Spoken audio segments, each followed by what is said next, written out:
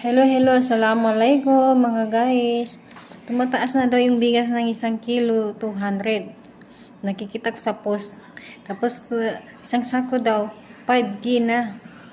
Tapos kami naman na mga OFW, hindi naman tumataas yung sahod. Hanggang pagkain lang yung sahod namin dito. Hindi na kami makabibili-bili ng hanggang bigas lang. Anong klaseng bansa sa atin?